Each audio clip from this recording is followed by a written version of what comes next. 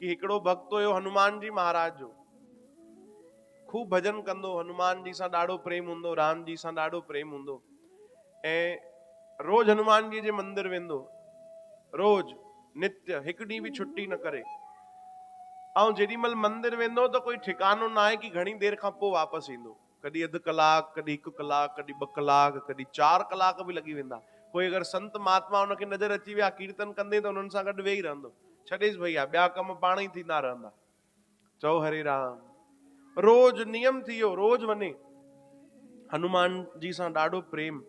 हाणे कुदरती उनजी जेकी नौकरी आहे उहा लॻी पुलिस में, भर्ती थियो, नौकरी लॻी वई, ॾाढी सुठी उनखे नौकरी मिली, पुलिस जी नौकरी। चओ हरे राम, सरकारी नौकरी। पर नियम हुयो, नियम न छॾी, रोज सुबुह जो मंदिर दर्शन करण वञे, मथो टेके अचे, पोइ पंहिंजे जॉब ते वञे, पोइ पंहिंजे कम ते वञे। हाणे ईअं थियण लॻो कि जाॾे जॉब ते पहुचणो आहे, पुलिस स्टेशन पहुचणो आहे, हुते हुनखे रोज देर थी वेंदी। छो? छो जो मंदिर में केॾी महिल कोई संत मिली वञनि, केॾी महिल कोई भक्तनि जी टोली मिली वञे, पोइ वेही रहे, पोइ श्री राम जय राम जय जय राम जाप करे, ऐं हुनखे समय जी ख़बर ई न पए। चओ हरे राम। रोज ईअं थियण लॻो त जेके हुनजा वॾा ऑफिसर हुया उन्हनि हिकु ॾींहुं डांटियो, चयोसि भैया ईअं ई हलंदो त पोइ तूं छॾ भले नौकरी, तूं समय सां त अचे ई कोन थो, तुंहिंजो समय ड्यूटी 10 बजे शुरू थींदी आहे, तूं कॾहिं 11 थो अचे, कॾहिं 12, कॾहिं त 1 बजे बि थो अचे, थोड़ी देर थींदी आहे त सम्झ में ईंदो आहे। रोज रोज ईअं न हलंदो भैया, या त हेॾे इस्तीफ़ो ॾे या वरी होॾे इस्तीफ़ो ॾे। चओ हरे राम। ऐं ॿुध भाई, सुभाणे ॾाढो ज़रूरी कमु अथई, सुभाणे असांजी मीटिंग आहे, ठीकु सुबुह जो एतिरे वॻे पहुची वञा। चयो हाणे ग़लती न थींदी, हाणे मां विशेष ध्यानु ॾींदुमि, तव्हां चिंता न कयो। हाणे ॿियो ॾींहुं थियो, पंहिंजे कम जे लाइ तैयार थियो, सुबुह जो जेॾी महिल हुनखे पहुचणो हुयो, अॼु मन में सोचे वरितई कि भैया मां अगरि हनुमान जी जो दर्शन करण वेंदुमि त मूंखे ख़बर आहे, मूंखे एॾो प्रेम आहे, मां उते ई वेही रहंदुमि, पोइ जल्दी निकिरणु संभव कोन्हे। चओ हरे राम। पर रस्ते ते हनुमान जी जो मंदिर आहे, चई बस मां परियों खां ई बस प्रणाम कंदुमि, अंदर न वेंदुमि, परियों खां ई बस हनुमान जी खे प्रणाम करे ॿाहिरों ई पोइ तुरंत निकिरींदुमि, उते बीहंदुमि कोन, कंहिं बि संत वटि निहारींदुमि कोन, कंहिं बि भक्त खे न ॾिसंदुमि। इहो सोचे सोचे मन में ऐं घर मां निकितो, पंहिंजे कम ते वञण जे लाइ हनुमान जी जो मंदिर आयो, परियों खां ई प्रणाम कई, चई हनुमान जी अॼु परियों खां ई मुंहिंजो प्रणाम स्वीकार कजो, न त मां होॾे देर थी वेंदी पहुचण में। बस अञा प्रणाम करे जेॾी महिल सिर झुकाए परियों खां ई जेॾी महिल सिर मथे खयईं त ॾिठी हिकिड़े संत जी टोली थी वञे। चओ हरे राम। संत ॾिसी करे बस हो त चक्कर खाइजी वियो, उनखे लॻो संत आहिनि, भक्त आहिनि त पक भजन बि कंदा, भक्ति बि थींदी। अञा एतिरो वीचार करे त उहे जेके संत हुया उहे हनुमान जी जे मंदिर ते वञी वेठा, पंहिंजो हारमोनियम कढियऊं, बगल में ढोलक वारे खे विहारियऊं, ऐं सभु भक्तजन मिली करे कीर्तन शुरू करे छॾियो। हिन जो पूरो ध्यानु हली वियो होॾे। चओ हरे राम। पूरो जो ध्यानु कीर्तन में हली वियो। हाणे होॾां जी ध्यानु ई न रही कि मूंखे ज़रूरी कम सां वञिणो आहे, हली वियो भक्तनि जी टोलीअ में शामिल थी वियो, वञी पोइ हिते वेही रहियो। चओ हरे राम। पोइ हिते वञी करे वेही रहियो, भजन शुरू थियो, मन में इहो ई सोचई बस मां 5-10 मिंट हाज़िरी लॻाईंदुमि, 5-10 मिंट खां पोइ संतनि जो दर्शन करे, मथो टेके, प्रणाम करे तुरंत हितां वञी पंहिंजे कम में लॻंदुमि। पर उहो 5-10 मिंट कीअं गुज़री विया ख़बर ई न पई। अधु कलाक गुज़री वियो, कलाक गुज़री वियो, 2 कलाक। जेॾी महिल 2 कलाक गुज़रिया, ध्यानु आयो, चई हाणे त ॾाढी देर थी वई आहे, हाणे त वेंदुमि त पोइ खूब डांट पवंदी। हनुमान जी महाराज तव्हां सभु संभाले वठिजो। चओ हरे राम। हा न, तो भरोसे ई हनुमान जी महाराज जे आहे, ॿियो कंहिंजो त हुनखे भरोसो ई कोन्हे भगवान जे अलावा। प्रभु तव्हां संभाले वठिजो, मां तव्हांजे हिते कीर्तन में वेठो आहियां, मां राम जी जे कीर्तन में आहियां, तव्हांजो नाम जपियां थो, प्रभु जो नाम जपियां थो, मुंहिंजा कम तव्हां पाण ई संभाले वठिजो, मूंखे उहा नौकरी न करणी आहे, मूंखे इहा ई नौकरी करणी आहे बस।